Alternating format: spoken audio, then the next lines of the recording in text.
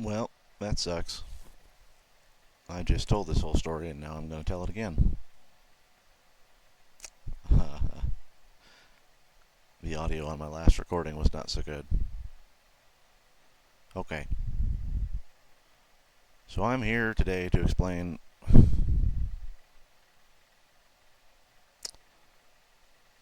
what happened to me over the last year and how we got to where we are today.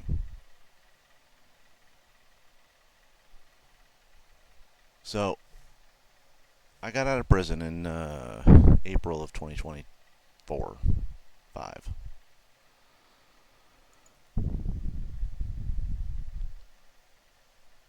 To set the foundation for my relationship with my parents there, they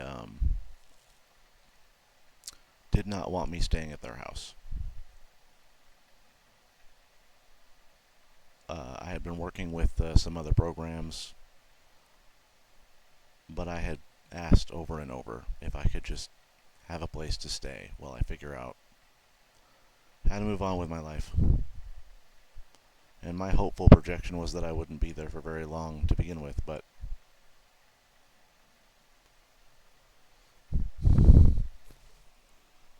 considering the position that I had found myself in, it made a lot of sense to me. And I did figure some things out. Um, the biggest thing that I got done was in April of this year, so 3 months ago now, I got an increase to my military pension. So I'm now 90% disabled, and they give me a decent amount of money every month. Maybe it's enough to get by. I guess we're about to find out.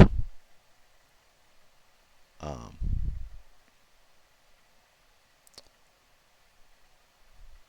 so I'm going to break into two parts here. The first part is going to be about my drug usage,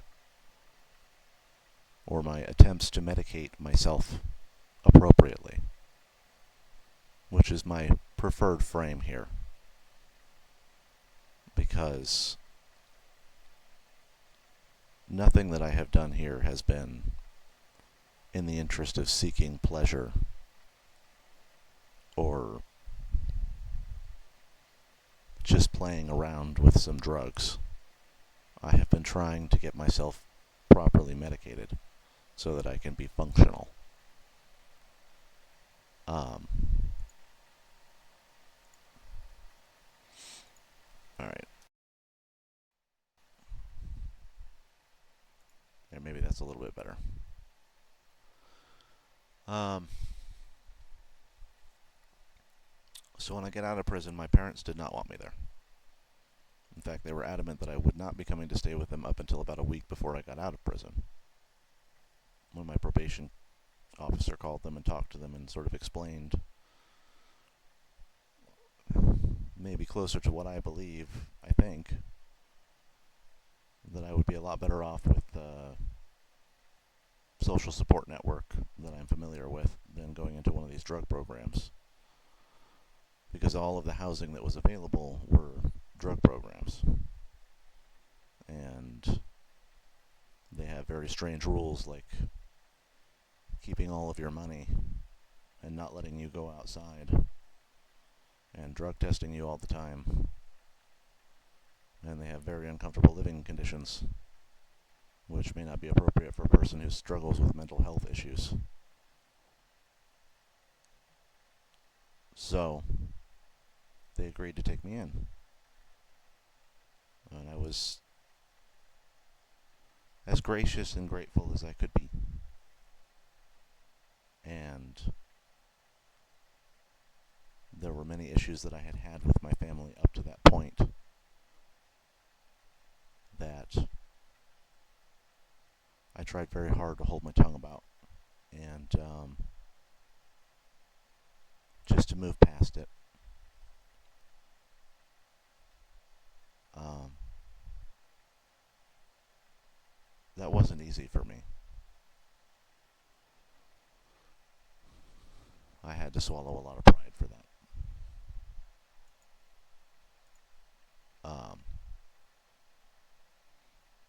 So, these these were the conditions in which I was given a small room in their basement and promised that I could stay for at least a few months, at least until I got my driver's license back. And at first I didn't do so well. Part of that was because I had to go back and get surgery on my ankle, and then I required a period of recovery and physical therapy, um, which I did myself. And as time started to go along, I came back to a conclusion that I have drawn several times before. And this is not a short-term consideration. Adderall has been a part of my story.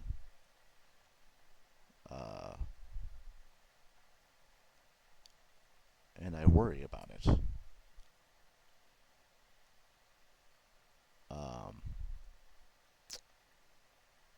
But I drew a similar conclusion to one that I had drawn before, which is that I am either going to be depressed and anxious all the time, or I'm going to try to find some kind of psychiatric solution, because I could not find a practical solution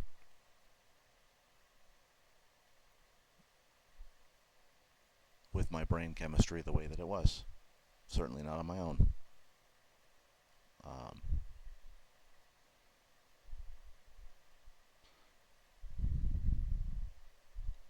So I'll start again with my personal history with Adderall. I took some when I was prescribed some when I was 19, and I took it for I think about a year.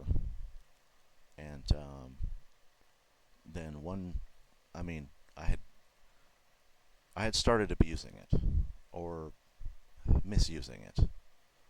And at first it was just, oh, I'll take a couple. I was feeling kind of down today. I'm going to take an extra one today. It's just not affecting me quite as much as it was before. Maybe I need more. And then at some point, like, there was one particular evening where I was just like, hey, screw it. I'm just going to take as much as I feel like taking and not worry about it. And part of that was just because I wanted to be very good at a video game, which is a very stupid, childish reason, but I was a stupid child, so.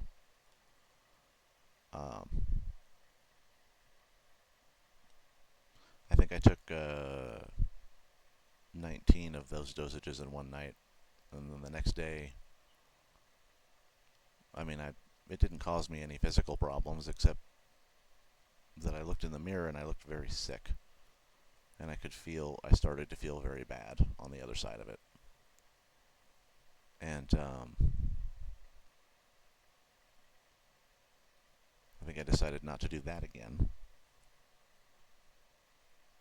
And then there was one brief experience that I had that was sort of similar to these other two that I've had more recently. I had gone to a party. We were drinking. I took what I think I considered my evening Adderall dosage there. And then I smoked marijuana. And at some point in the evening, I became concerned with a couple of guys who were there. Just seemed like a problem to me. And I wound up I got paranoid. I snuck out of the house and I called the police. And then the police came to figure out what the hell was wrong with me. And there was something wrong with me. And I decided at that point that I didn't particularly like that medication anymore. So I was going to stop taking it.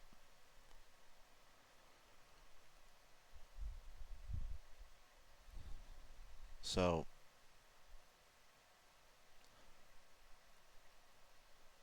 before and then after that experience, I have been placed on more psychiatric medication than I can count or name.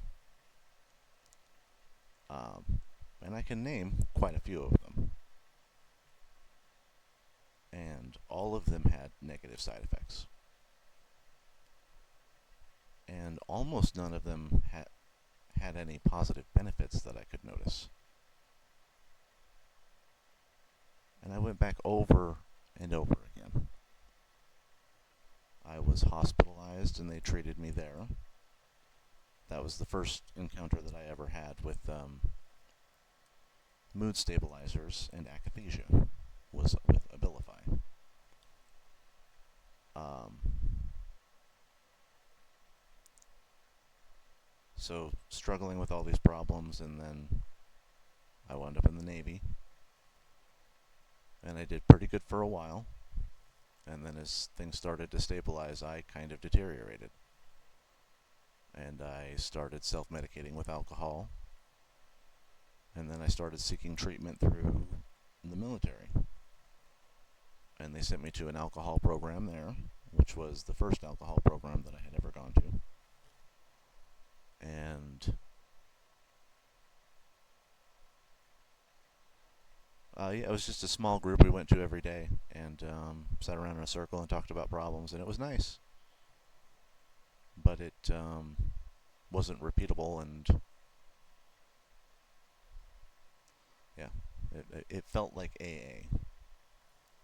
Um,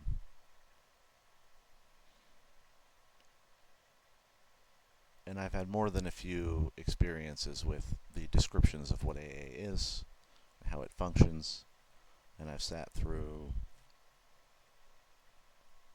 listened to a lot of people with alcoholism on the subject.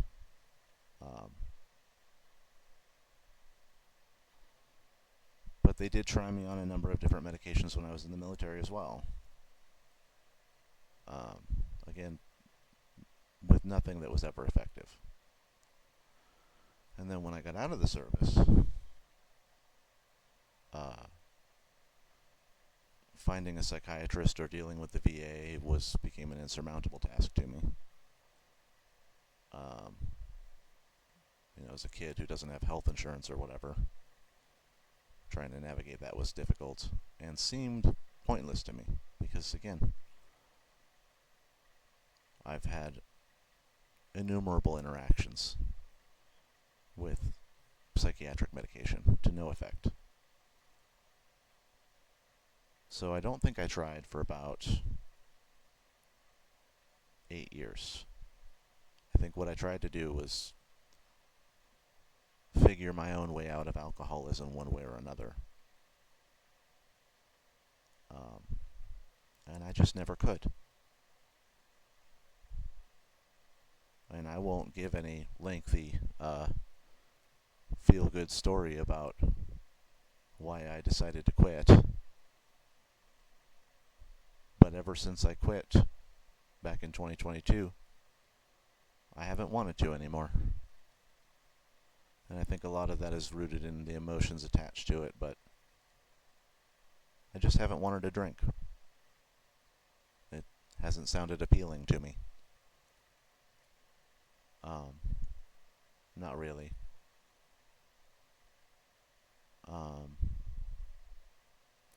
But I haven't had any cravings for alcohol before I was locked up.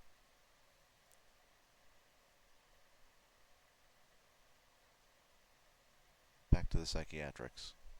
So, I was self-medicating for depression and anxiety for many years. And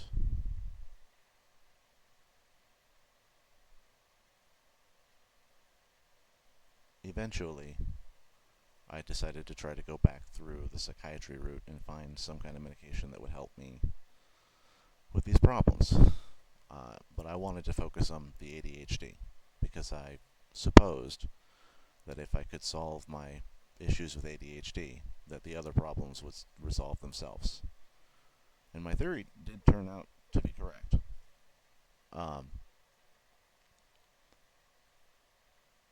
The VA would not cooperate with me in attempting Adderall when I asked.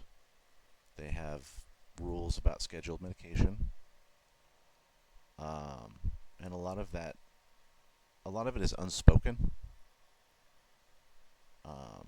A lot of the advice that you will get from a layman when you go in to get medication from a doctor is to don't tell them what medication that you want, because you'll set off all kinds of alarm bells. And I'm a person with a broad psychiatric history, and I have experience with dealing with this stuff. I'm a layman, but I'm not just a layman. Um, you become somewhat of an expert yourself if you are a person who has made as many attempts as I have. Um, so I tried a few different medications with them, and again, the same issues. No real benefit, all downside. And it just wasn't resolving the fundamental problems that I was wanting to resolve, which was to get me on my feet and working and functioning. So, I gave up with the VA, and I decided to go through a third-party psychiatrist to see if they would give me Adderall specifically. Um, because I remember how it had functioned when I was younger, and I wanted to see if I could use it and not abuse it so that I could get better with it.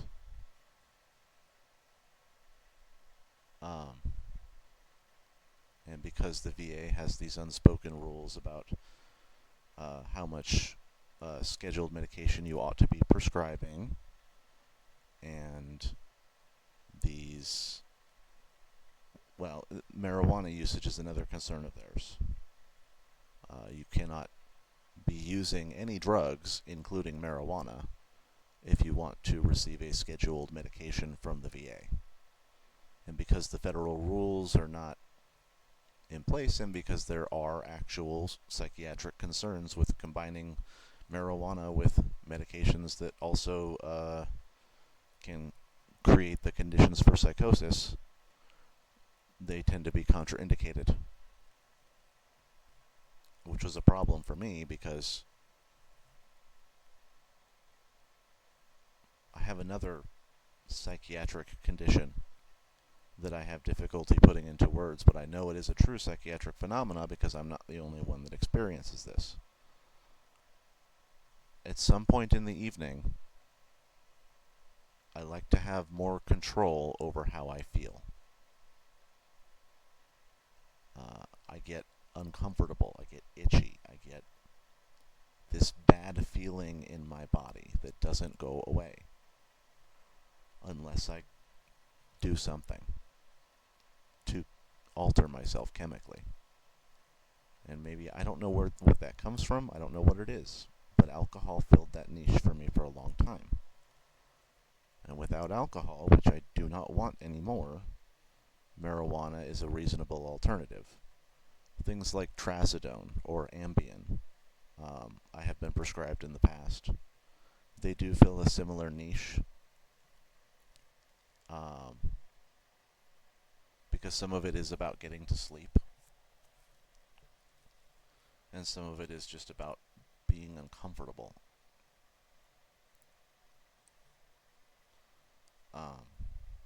And because I've been able to use marijuana to great effect to fill this niche, and it seems like a reasonable alternative, and I don't particularly want to be stuck craving something and then having alcohol be the only thing around me that will fill this niche for me, I like to have some marijuana around.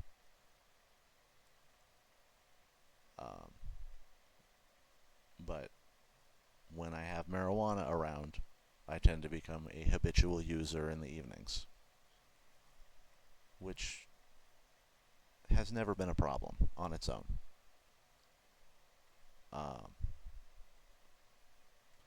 And I don't think was a problem with Adderall, with some exception. I think that these are two contributing factors to the things that happened to me. Um, but I don't even think that they're the largest parts of the puzzle because I have spent months taking both Adderall and marijuana together to no ill effect. Um, it's the other factors that create these problems for me. So, I was put on that medication, um, and instead of describing what happened that time, I'm going to describe this time because the circumstances were very similar and everything that happened was very similar as well. Um, so, in October of last year, I went because I had Medicaid. So I called the psychiatrist's office that was closest to my home. I did this intentionally because I did not want any question as to whether or not I had gone seeking out a psychiatrist that would fulfill this request for me. I wanted to seek out a psychiatrist as at random as I could, or in the most logical way, and then express my thoughts about all of this and ask for an Adderall prescription.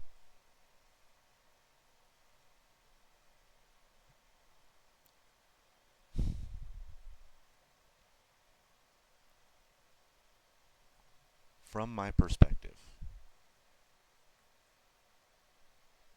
I have found no other medication that works. I suffer with a number of things. Bipolar may be one of them. Definitely have PTSD. I definitely have ADHD. And I do think that most of what is wrong with me comes down to a dopamine processing disorder of some kind.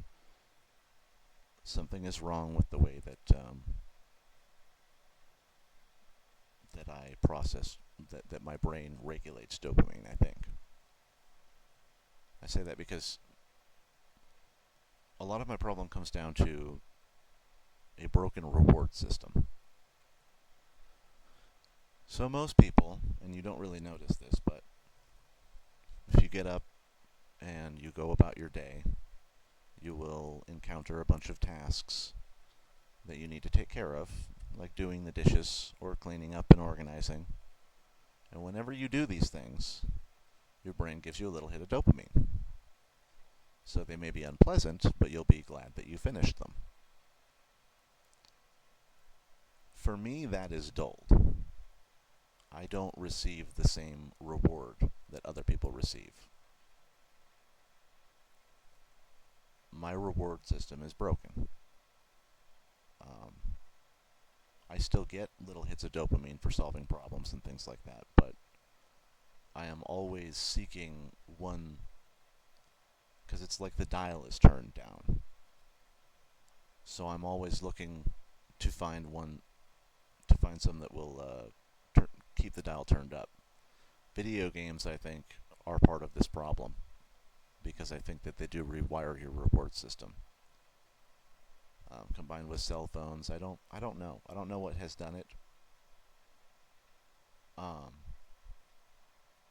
but living like that kept me trapped in a state of constant anxiety and depression because I could not get myself to get up and manage. I would just, when you can't lock on to a task, it requires so much energy to just focus on it and do that thing. And that is exhausting. Um, so when I started taking Adderall, my reward system suddenly lit up.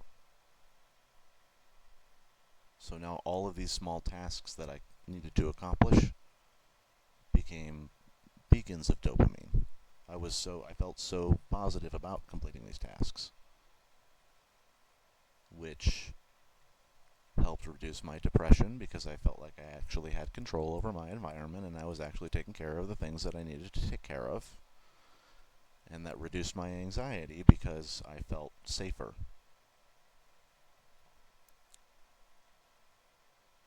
Um,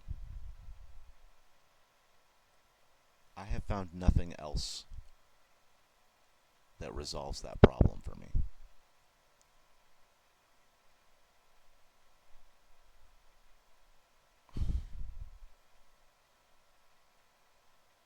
And I don't know what to do about that.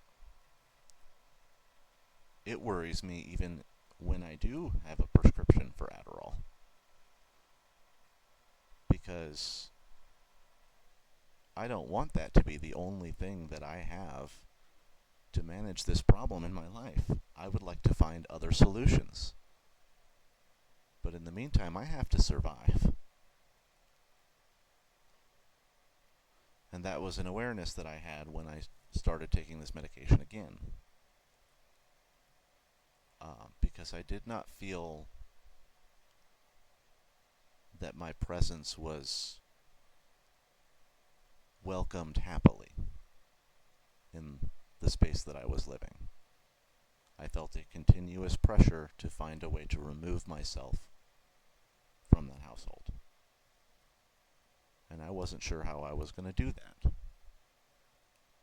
Because I can't even get up and feed myself most days. So,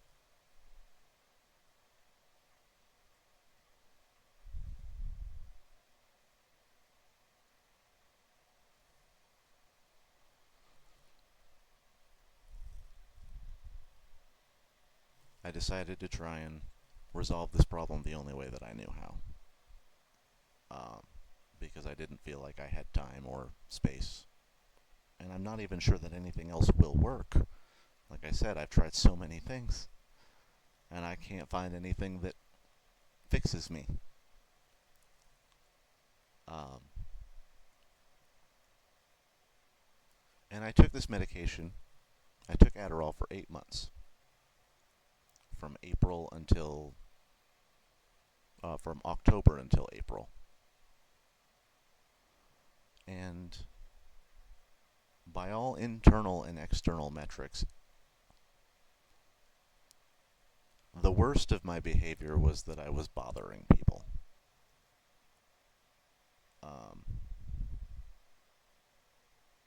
I was maybe too talkative. And I think that some of the things that I share with people can be rather disturbing sometimes. Because I've had a rather disturbing life.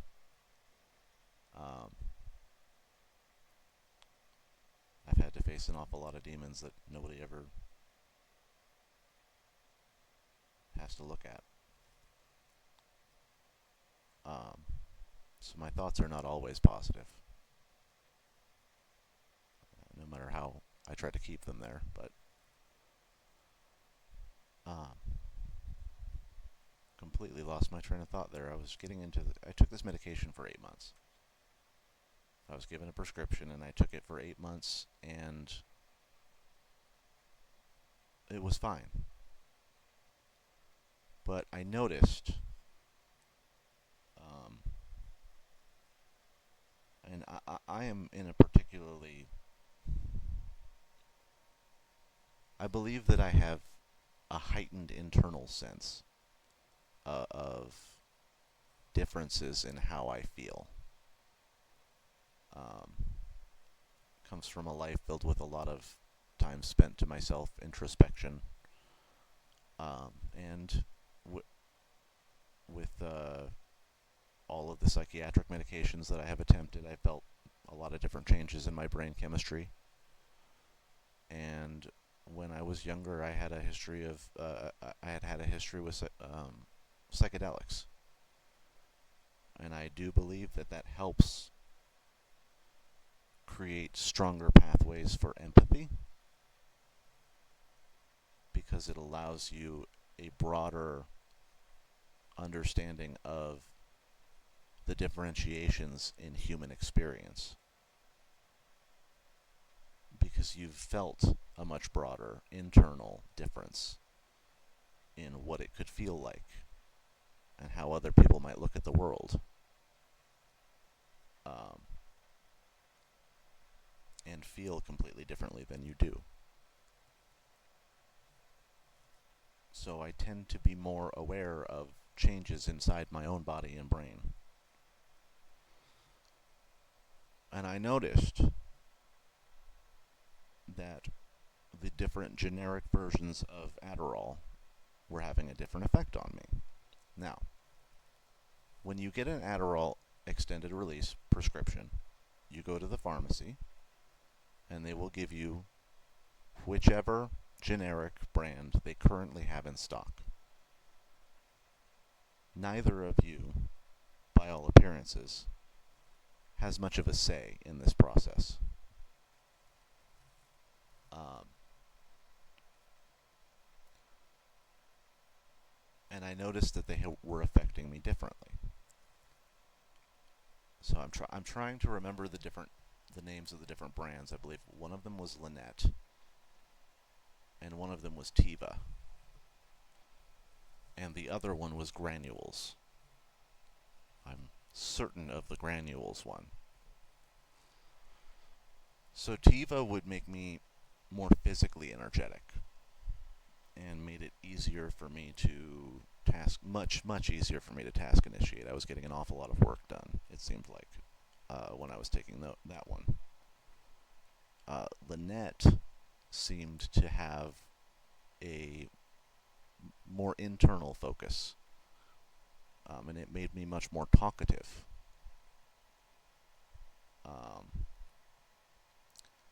And Granules just made me really frustrated all the time.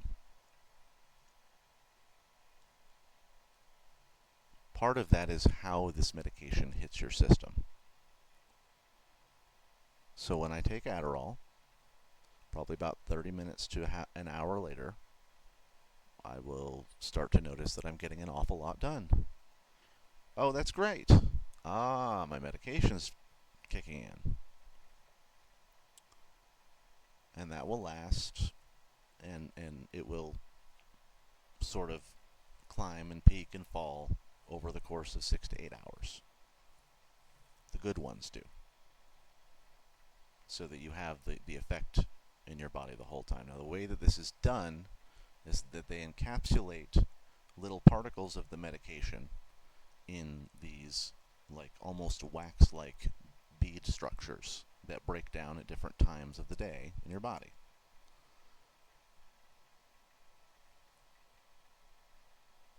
But it had two distinct effects. There was that one large wave, and then there was an arousal baseline that would increase a little bit with the first two medications. But with Granules, that baseline was much higher. And the peak was much shorter. So instead of getting 6 to 8 hours, I would get about 4 hours, and it would hit me very hard and all at once, and it would make me uncomfortable. It was just really stressful and frustrating. And then there was a recall on the Granules medication because of a defect in their manufacturing process. Now, I did see at some point along the way that there were reports of people who were having psychosis and delusions from taking that medication. But this is also a long-standing issue with Adderall in general. All stimulants have this potential effect. Because they increase arousal rate so they can make you paranoid. Now, the biggest problem for me with this was that I couldn't sleep. I think even those problems would have been manageable. I wouldn't have developed psychosis or delusions even if I was a little bit extra paranoid because of a higher baseline state of arousal. But if I had gotten to sleep, it would have been manageable. but because this secondary effect, the baseline effect, kept me in such a high state of arousal, I couldn't sleep. And so for 2 out of the 8 months in total that I was taking Adderall, I had granules as a prescription, and this happened to me both times. No, I think it was 3 months, actually. Now, there are ways to get the pharmacy to cooperate and to give you the proper medication, but they're going to fight about it. So the local Walmart I took my prescription to, and I said, hey, I would like to get this filled. Please give me anything except for the granules version of this medication. And they said, we can't do that. So I said, they said, we only order one version. We'd have to special order a different version for you. I said, well, can you please do that? Because I've had my psychiatrist write in on the medication that granules is not an acceptable dispensary for me. And she threw a big tantrum at me and said that she would. Finally, she said, yes, so long as you promise to come back to this pharmacy every time, because I don't want you messing around with different pharmacies. And then coming back here, and then we're ordering this for you, and you don't come back. I'm going, okay, that's fine. If you do that, I will come back every month. So I came back a week later to fulfill this deal that we had, and they dispensed granules medication to me, and they would not budge about it. Now at the local CVS, which I also tried, they have a similar problem. Now I don't know if I brought up that there is a nationwide shortage of Adderall. There has been for 7 years. Part of that is because there are more people who are taking this medication. I don't know if you've noticed, but there's been an increase in the diagnosis of ADHD in this country. So there's also been an increase in treatment. Now there is a long-standing fight between the FDA and the drug companies. The FDA will only allot a certain amount of production of the amphetamine salts in whatever form. Now the drug companies will not fulfill the entire obligation. Sometimes it's because they have manufacturing issues, but in any case, this fight has created a shortage of this drug for over 7 years.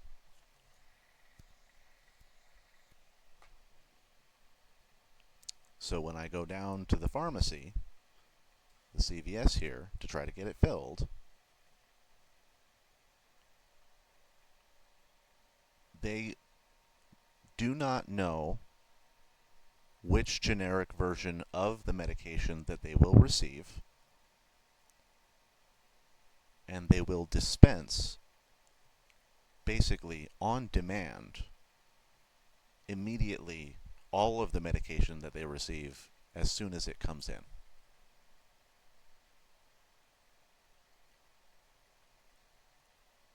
So I'm stepping into this system and I'm asking them to only give me a specific generic brand, and they simply cannot do that. Now, I had considered getting myself switched over to the non-generic version, but I no longer have Medicaid. And the VA will not cooperate about this medication despite the fact that I had been on it and stable for 8 months. They have other reasons now not to put me on the medication, but before they wouldn't have put me on the medication either. As I don't know if I brought up that they have very strange unspoken rules about how much they should be distributing, and I guess I didn't make the cut. And then also they have issues with my marijuana usage. I would like to say that I used marijuana and Adderall together for many, many months, and the only time that I had a problem with it was on this specific generic version of the medication. And this was true both times, because I went back to the pharmacy to check which version they had given me back in 2022, and that was also granules.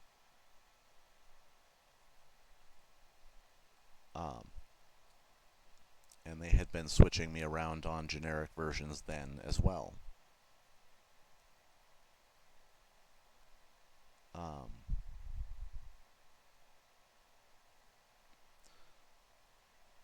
So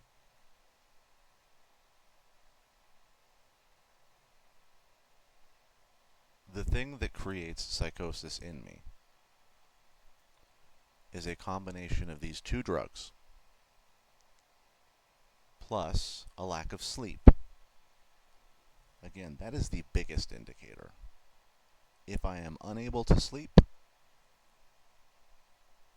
then I am relatively assured that I will start to develop delusions and paranoia. And those delusions and paranoia will lead to psychosis if untreated or unmanaged.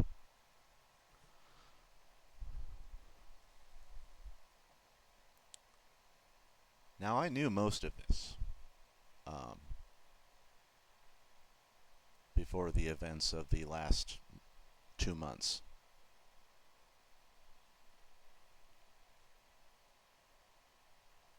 And back in early May of this year, I had gone to my psychiatric appointment. I was about halfway through my old batch of medication, which I already knew was causing me problems. It was making it really hard for me to sleep, and so I was very happy to be able to go in and get a new prescription filled so that I wouldn't have any of these problems anymore. So because I would take breaks from the medication, I had about a 2-week supply. But that was all that I had. And because I was having such distressing side effects from it, I started to cut them in half. And that still was not enough to let me sleep. Now, there were other stressors in my environment at the time. My life is very stressful. Even when I'm sitting around and doing nothing, my life is very stressful. And especially living in that house with my parents, and I don't particularly want to break into the specifics around it, but suffice to say that as grateful as I was to have a place to stay, and as much as I am sure that they felt like they were bending over backwards to be accommodating for me, I also felt like I was bending over backwards to be accommodating for them. And I felt like I was failing.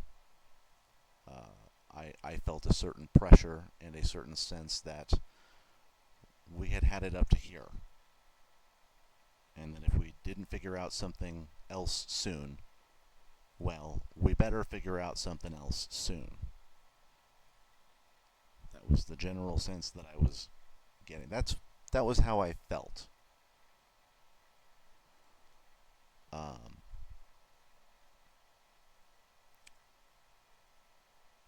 So I was very uncomfortable, and I wanted... Some of the delusions that I was having were tied to the feeling that my stepfather was either going to call the police on me, or that because I was having such distressing thoughts, that something would happen and I wouldn't be able to tell the difference between... It is really hard to live in a mind that you no longer trust. It is really hard to live in a mind that you don't have faith in to report back reality to you accurately.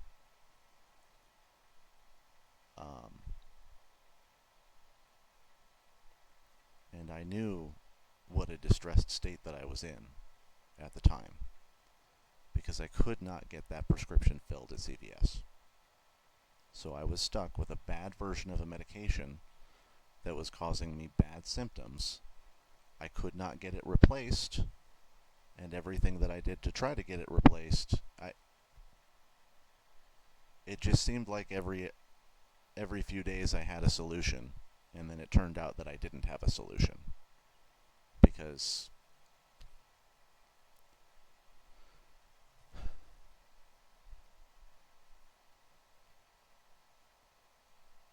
so I could see all of these similar symptoms and issues creeping up, and I wanted to try to figure out a solution for myself.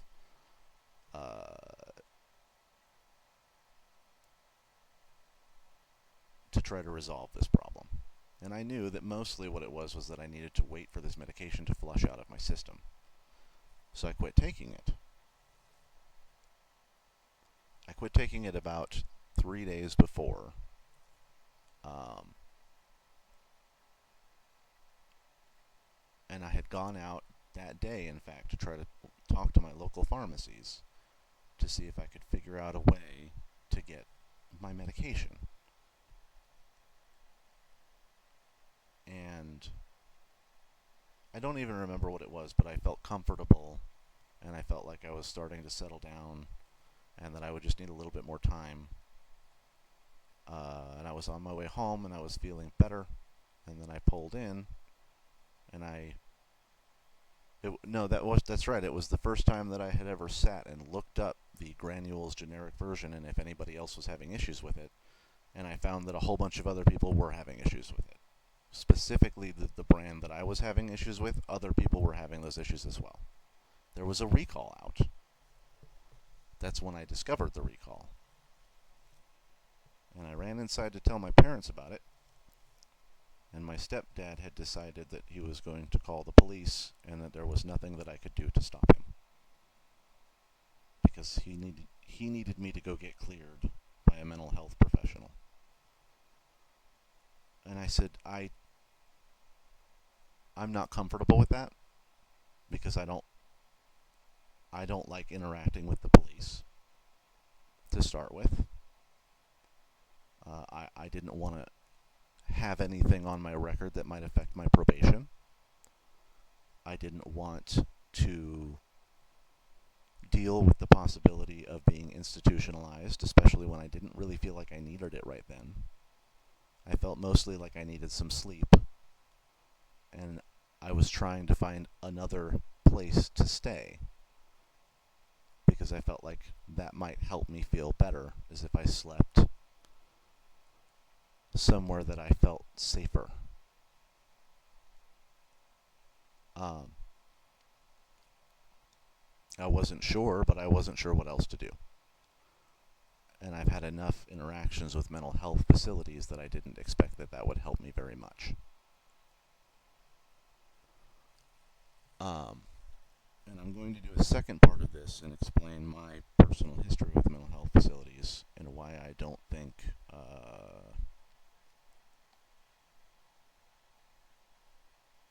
the problems that I've had with them in the past.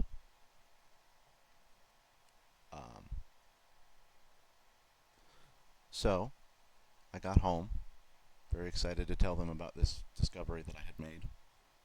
Discovered that my stepfather was going to call the police on me and try to have me institutionalized no matter what I did. So I played along. I took everything out of my pockets. I waited for the police to come. I told them I wasn't dangerous or anything like that. I think my stepfather might have inferred to them that he thought I was a danger to myself or others. I don't think that I had expressed that to anybody. And frankly, I was kind of hoping that the pharmacy at the hospital might be stocked with my medication and might be able to help me get my prescription filled.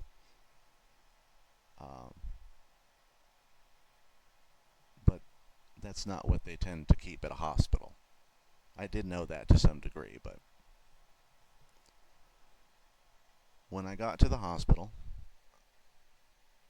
I explained to the cop on the way over there that I didn't think that there was anything wrong with me. I wasn't homicidal, I wasn't suicidal. I was actually feeling a little bit better since the medication started to settle down in my system that day. And then I was also feeling better because I was feeling validated that it was being caused by the medication because other people were having those same experiences as I was. Um, but I was distraught, and I was upset, and I was very frustrated, and I was hurt because from my worldview, you don't call the cops on people because you know that doesn't help. Now, I understand the perspective of somebody who does believe that these institutions will help. So that's a disagreement that we can have. But when that disagreement affects my life directly, I feel validated in being upset.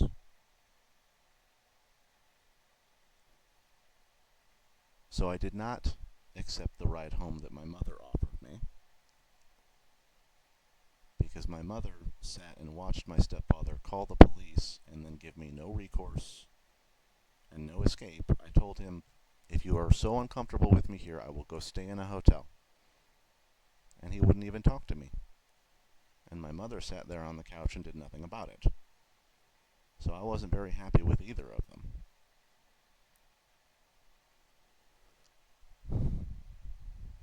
So I came home. I decided I was getting out of there.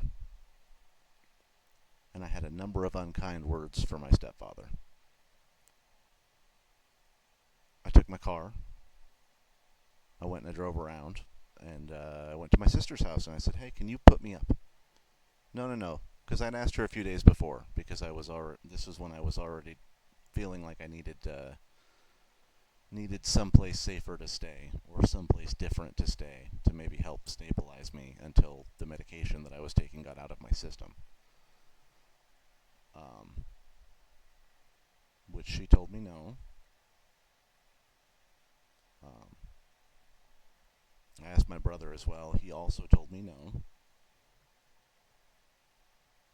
I really can't explain that.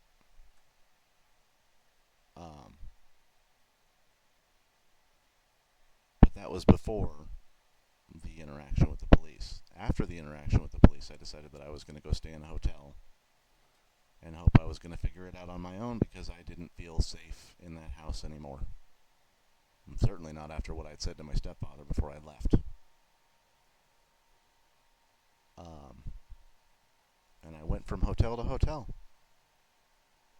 And I couldn't find a place to be, and I still hadn't slept for a while. So I drove my car back to their house, and I parked it in the backyard, and I laid into the back seat,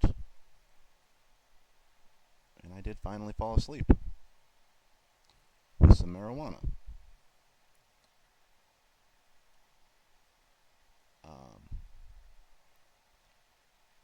At some point the next day I woke up, and the paranoia and the delusions had crept in. And I felt to some degree confused about the nature of the reality around me. See,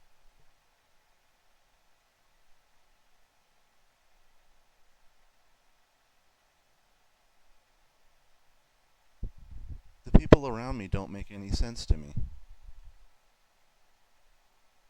I can't follow their rationale or logic to the degree that it seems like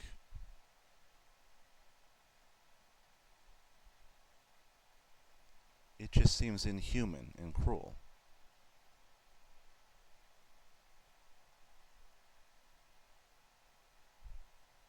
So inhuman and cruel that I thought I was in some kind of dream.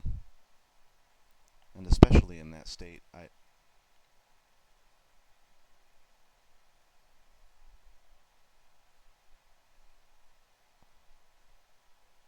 and I'm not going to get into the delusions. I'm going to say that what I did there was very stupid.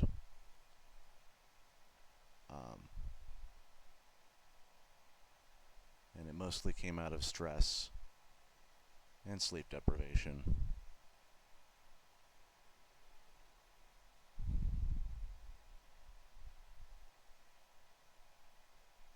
and the way that those medications drove those problems.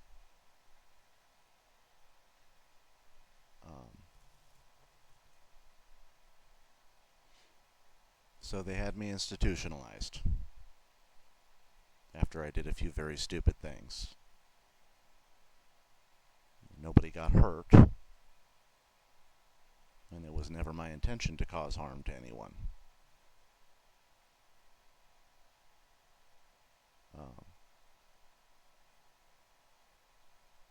And I'm glad that was all that happened. Then they put me in the psych ward. So my next video is going to be about what that's like.